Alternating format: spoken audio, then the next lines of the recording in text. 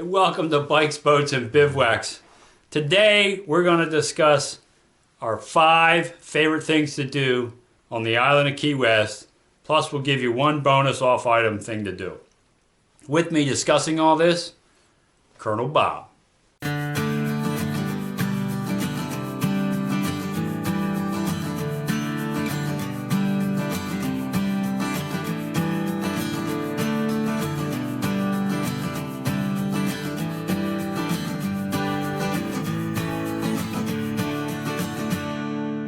Okay, so people go to Key West, a lot of times we'll get questions, well, what are the things we need to do? And we've come up with 5 we think everybody should experience when they go to Key West. What's first on the list, Pop?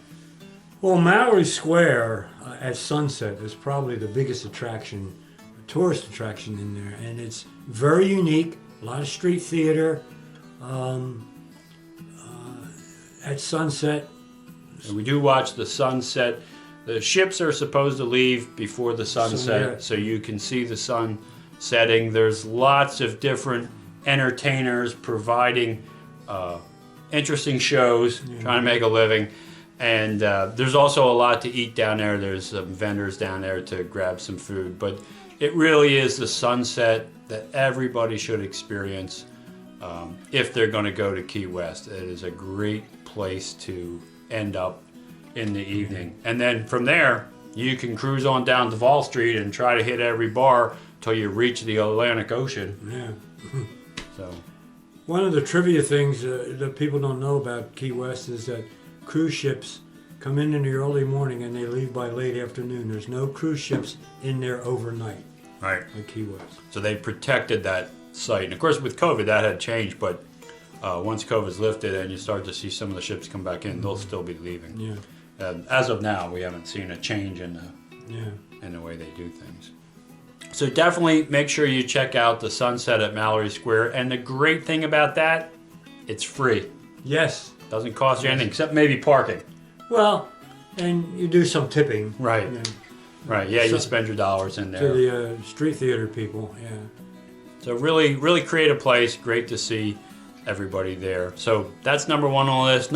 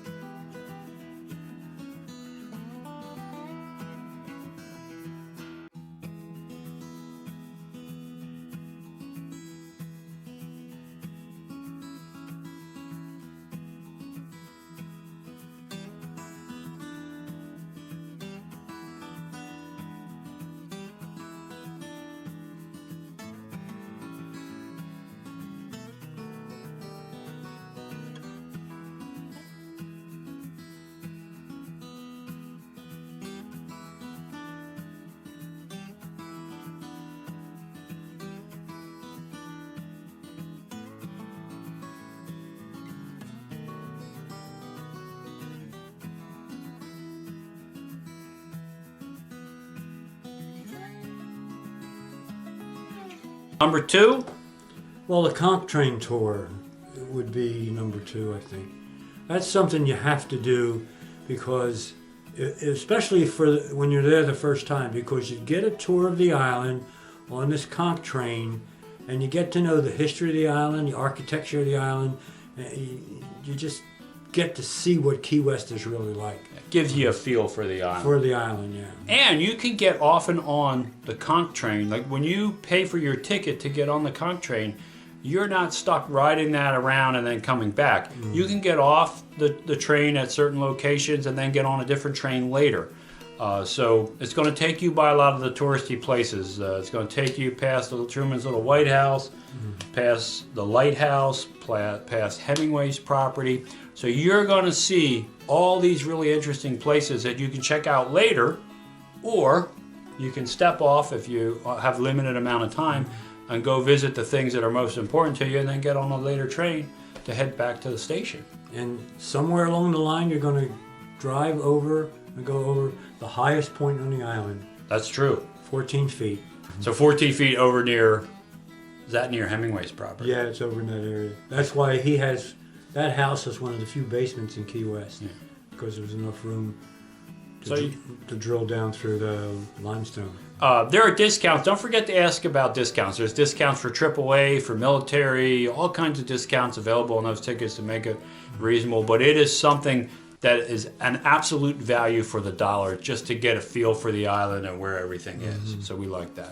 You can buy, sometimes there's a tourist booklet that has Yeah. discounts for multiple things.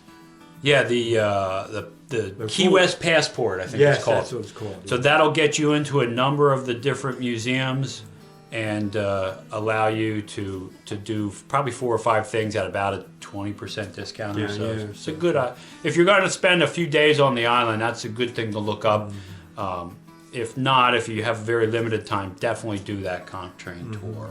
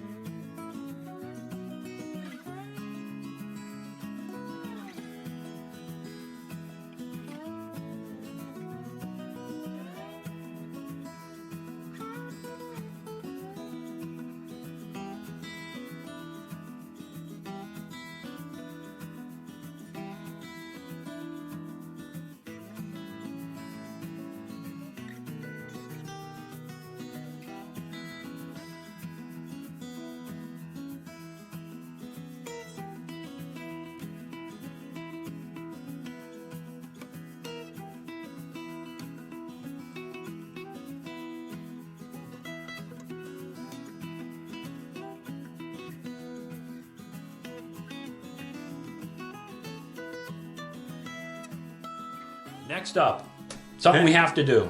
Hemingway's house. Hemingway's house. Yeah. So what's special about that house? Hemingway lived in it. He did. Who else lived there? Who else lived there? Oh, what was his name? Asa Tiff. Yeah, Asa Tiff, a early wrecker. Now he didn't go around wrecking things. He was a salvager, is a Right. better choice of term. Who built the house, and when they built it, they dug this basement that was very deep. Actually, to use the blocks to build the house because it's limestone. And then the chips that they did, they filled the basement back in until it's about 6 feet deep. It's one of the few basements on the whole island. And of course, Hemingway's house is famous for the cats. Oh yeah, The five-toed, six-toed. Six-toed cats are there, and the descendants are still living there at the location. The descendants of the cats. Right, yes. And the other interesting thing about that place is the pool was as expensive as the home. And Hemingway's wife had it built when he was away. That did not make him happy. On a side note, I've been to Hemingway's house in Key West, I've been to his house in Cuba, and I've been to his house in Sun Valley, Idaho. I have a thing for Hemingway. So, Yeah, when she had the pool built, it cost about 20 grand, which was a phenomenal fee in those days. And he came home and he learned of the bill in the pool, and he had a penny in his pocket. And he took it out and he threw it on the ground and said, "You have spent my last cent." And she took the coin and had embedded it as a little memorial in a block in the concrete. in the concrete. Yeah, And it's still there. it's still there. Check it Yeah. out. So check out Hemingway's house. That's really worthwhile. You can see some great photos of him in there and learn all about Hemingway's lifestyle.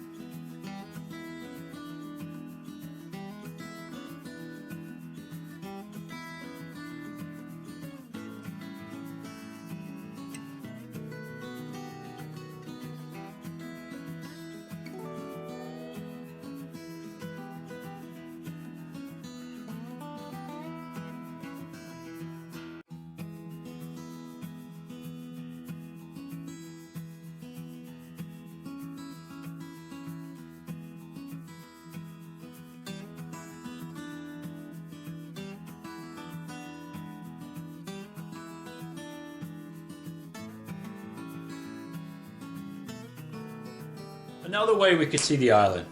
You can go on a scooter tour. And you have options with the scooters because, most of us ride a two-wheel scooter, but they do have three-wheeled scooters. So the Colonel and I decided to take a scooter ride around the island. We sure did. And nobody asked us if we even knew how to drive that thing. No. But I do have my motorcycle license. You don't need it because these things are only 50 cc's. They go about 30 miles an hour, 35 miles an hour. So you got to be careful, stay, out of the way. But we toured the whole island on that scooter and got some great video. And I'll put a couple of little pieces of that video in here. And at the end of the video, I'll link our Key West playlist so you can see all the videos that we did on Key West. And that scooter tour was a lot of fun. They're a little tight. We were closer together than we are right now on that scooter. But it really allowed us to just kind of buzz around the island and get a real feel for it. So yeah, a lot of people stopped us and said, "Where'd you rent that? Where'd you rent that?" Yeah, because they're used to seeing the two-wheelers, and different set of people wanted to try the three-wheeler. So, and they're available all over the island. We got us old folks. Yes, or people who've never ridden a motorcycle. Yeah, exactly. But you can rent them at multiple locations. The one we used was right on Roosevelt Boulevard. As you come into the island. So a scooter tour, another great way to see the island if you want to have a little fun zooming around on your own and not having to, follow anybody else's schedule. And not that expensive. They have discounts there also.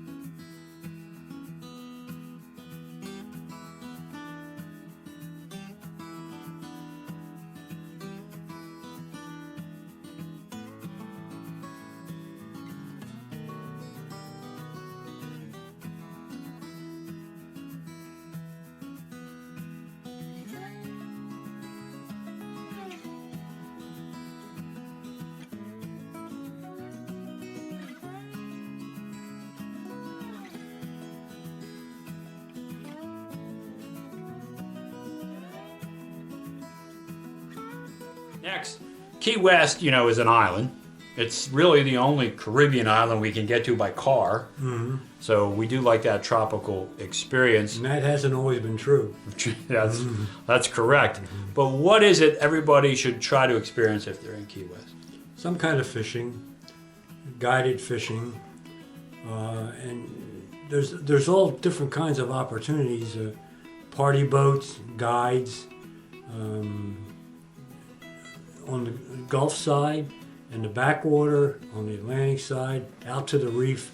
There's all kinds of fishing. Yeah, and there's charter boat row, so you can go out on the big boats if you want to, out past the reef for the big trophy fish, or you can go in the backwater for fishing. But I would strongly suggest, especially if you haven't fished in saltwater or haven't fished in the tropical waters, your first time down there, you might want to consider hiring a guide. If you're with a guide, there's going to be, 2 or 3 of you out on a boat with one person, and they're going to have all their favorite spots marked. So they're going to put you on fish. Now, we fish both offshore and in the backwater because the reef isn't that far off, right? We can get to 300-foot water within 6 miles of the shore, where, in Jersey, you got to go out 50, 60 miles. So we can catch blackfin tuna out there, but our favorite type of fishing is flats fishing or backwater fishing. We call it the backside of paradise for these species that not everybody likes to catch, but we love to catch. And we'll put some video in of our time out with a guide so you can see, the kind of fish that we catch. You had caught a huge permit the one time Yeah. that we were out there. I've done some fly fishing out there too. If you're a fly fisherman, it's a good place to get some saltwater experience in. Yeah, and you don't have trees or anything around No, you. exactly. So you can flip the line around and learn how to It's load a lot the boat. easier than hiking in the backcountry in Yellowstone. And you're going to learn that double haul. Yes. So for the fly fishermen, if you haven't experienced saltwater fly fishing, give it a shot. Don't worry if you don't have the gear. You don't have to take the gear with you. The guides have all the gear. Everything. That they're gonna really help you out. Their goal is to make sure you have a good time. And I'll also put in some information in the video on who we use when we go down there. There's a lot of guides that were willing to help you.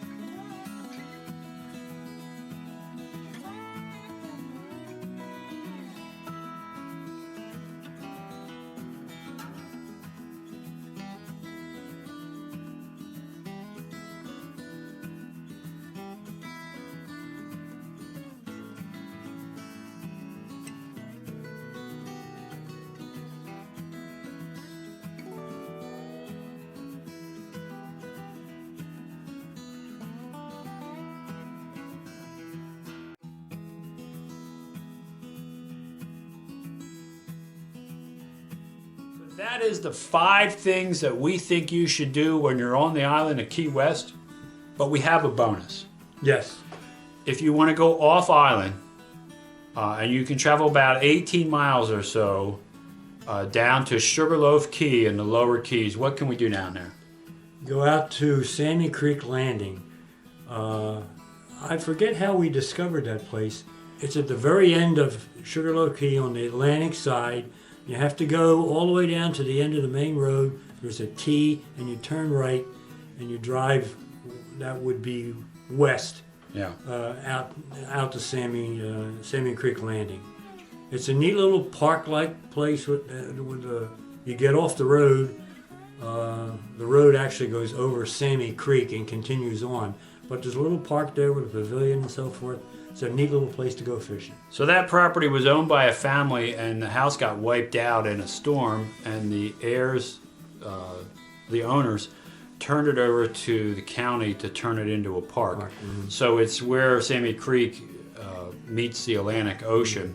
So there's great kayaking there. There's a pavilion there. There's no overnight accommodations, and there's no bathroom there. So it's kind of like a day use area, but you have water along the Atlantic Ocean to play in, and you have Salmon Creek Landing, and I did great fishing there for redfish the one day right under the bridge. I probably caught, I don't know, 10 or 15 reds. That was a good day. Yeah, it's my favorite place to fish from shore. Just love going down there. It's a nice place. If you have kayaks and you want some opportunity to play with those, and you want a nice place to have a picnic, lunch, it's there and it's free. So. And Sammy Creek is actually a channel between the flats and the Atlantic Ocean. Yeah. And on the other side of the flats, you go out into the Gulf. So there is a tide to it. Yeah. And the fish travel back and forth through there, and that's a good spot where fish want to ambush bait that's coming through. Yeah. So it's really, it's just one of my favorite places to just spend some time.